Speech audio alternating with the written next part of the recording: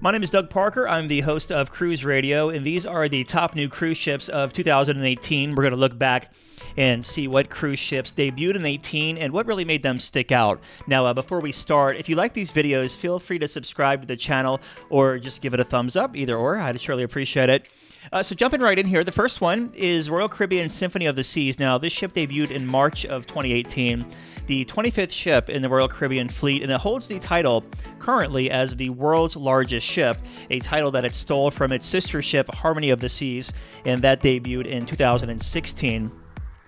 When Symphony of the Seas launched in spring of 2018, she originally sailed a series of 7-night cruises from Barcelona before repositioning to Miami for the fall. She's now sailing year-round Caribbean sailings from Port Miami, where she'll be for the foreseeable future. Now, she weighs in at over 230,000 gross tons. The ship spans 18 decks and can carry 5,500 guests at double occupancy. So when you stick a third and fourth person in those staterooms, that's going to be well north of 6,000 people. Like the other Oasis-class ships, this does have a series of neighborhoods such as Central Park, the Boardwalk, the Royal Promenade, the Youth Zone. There's actually 7 of these. The Vitality Spa is one of them. The ship also is fully equipped with a lot of entertainment things. You'll find surf simulators on here towards the back, a zip line, which is really wild, a zip line on a cruise ship. I know they were like the first cruise ship to have one on there, Royal Caribbean was. Then MSC started adding zip lines as well to their ships. So this is pretty cool. If you haven't done it before and you're sailing an Oasis-class ship, highly suggest you do this. Also, the ship has Hairspray, which is a Broadway show, an aqua theater, and over 20 restaurants. So you're not going to go hungry on this ship. And those 20 restaurants are both complimentary and for fee. It's kind of all those together there. Symphony of the Seas is also one of the first ships that Royal Caribbean debuted their facial recognition software on, making embarkation really that much easier because instead of having face contact with someone, all you're doing now is just being dinged along the way until you board the gangway and get on the cruise ship. The next cruise ship we're going to talk about is Carnival Horizon. That ship debuted in April of 2019. When it debuted over this spring, it sailed a series of Mediterranean cruises out of Barcelona before repositioning on a 14-night cruise to New York City. It sailed New York City for a couple of months, and now it's in Miami, where it's going to be home ported for the foreseeable future as well. This is the second of 3 ships in Carnival's Vista class, the third of which will be the 2019 debut of Carnival Panorama. Carnival Horizon is pretty much the same ship as Carnival Vista, same features, but also introduced some new elements. Perhaps the most popular is Guy's Pig and Anchor Smokehouse Brewhouse. That's expanding on Carnival's partnership with celebrity chef Guy Fieri, where they have the Guy's Burger joint out by the pool, and then they have the barbecue stand on some of their ships right now. And now this is actually a 4-fee eatery at night. And they serve barbecue during the daytime for lunch, so the barbecue is pretty affordable. I would compare it, it's actually cheaper than a lot of places landside when you go grab barbecue. Like sister ship Carnival Vista, Horizon also has the IMAX Theater, the Skyride Bicycle up on the sports deck, the Havana Retreat cabins, and those family harbor staterooms down on deck 2. And at the moment, Carnival Horizon is sailing 6- and 8-night sailings from Port Miami down to like Aruba and Curacao, and also doing eastern and western sailings as well. The next ship we have is Norwegian Bliss. That ship debuted in April 2018, just like Carnival Horizon did. Although she was designed specifically for trips to Alaska, the fact that ships only sail those itineraries part of the year meant Bliss would obviously have to go somewhere else because the Alaska season is only like April through September. So Bliss is also sailing out of Miami seasonally, then she'll go back up to Alaska for the summer season. This ship has amazing views up front. So there is a place called the Observation Lounge on this ship. And if you're sailing, whether in the Haven, you have your own private observation lounge up there, or if you're sailing in a regular cabin, interior, balcony, or ocean view, or in a studio, you can have full reign of the observation deck on the regular passenger deck towards the front of the ship. A lot of food, a lot of good stuff up there. The other thing that had this cruise ship really buzzing when Bliss debuted was the go-karts racing around on the top deck. Now, those were free when they first debuted, but now they're like $8 a ride. But you've got to admit, I mean, riding a go-kart in the middle of in Alaska around the glaciers on a cruise ship, It's not a bad price to pay, right? And apparently barbecue joints were the big thing in 2018 because as Carnival Horizon was introducing us to Guy's Pig and Anchor, Norwegian rolls out with the Q, which is a smokehouse on their ship. That one is a 4 fee as well, and it does lunch and dinner. And I gotta tell you, some of their barbecue has a leg up on Guy Fieri's place on Carnival ships. So sorry, Guy Fieri, but Norwegian got you on a couple of things. I think because they have maybe it almost seems like they have a better smoker, but I really don't know the logistics of all of that.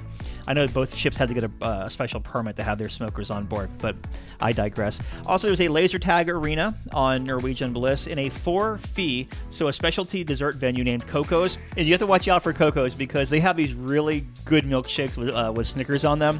You'll leave there in a carb coma or a sugar coma, because I did for sure. And they also have a Starbucks at sea. Of course, Starbucks on a cruise ship, nothing really new. Royal Caribbean debuted that a few years ago. Our next ship we're going to talk about is Celebrity Edge, that debuted in November of 2018. Now, while every ship introduced this year brought something new to the table, it'd be safe to say that Celebrity Edge made the entire cruise industry sit up and take notice, because it's been, 6 years since they had a ship debut, which was Celebrity Reflection back in 2012, and 10 years since a new ship design, the Solstice, debuted in 2008. So everyone really took notice whenever Celebrity Edge came online. One thing that Celebrity Edge does is really sticks out thanks to the magic carpet attached to her side. Now, well, none of us really knew what it did when it first, when Celebrity first debuted it. We just started all talking about a moving platform on the side of the ship. Now that we know what the magic carpet is, it's very oddly practical. I mean, it functions as a restaurant, a loading station for the water shuttles, and a cocktail spot with live music in the evenings. There's a lot going on there. Also, the first ship to have infinite veranda cabins, which at a touch of a button eliminates the boundaries between your stateroom and the balconies. The concept is so simple and hard to believe no one's actually thought of this before. Pretty revolutionary. I'd be willing to bet that this might be a concept that other cruise lines borrow in the near future. And then there's Eden, which is a world of its own. It's a multi-purpose space. It offers a relaxing oasis during the day.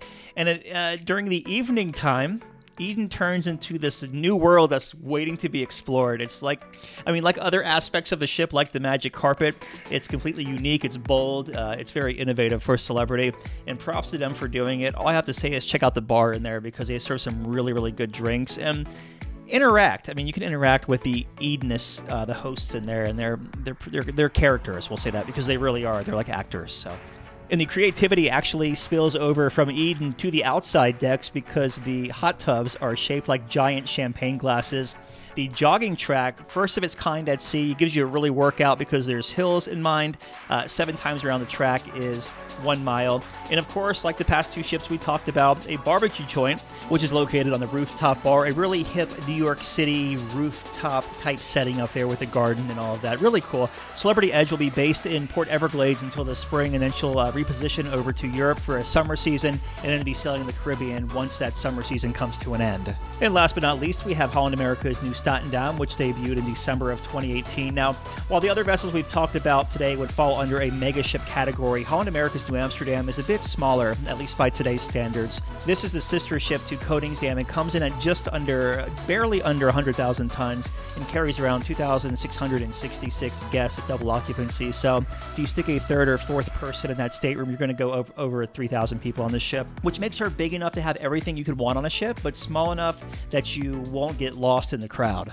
One of the coolest features on this ship, and it's the kind of thing that you might not necessarily think of when you think about Holland America, it's the Rolling Stones room. Now, this room right here is a partnership with the Rolling Stones magazine, and the venue features classic rock performances throughout the voyage.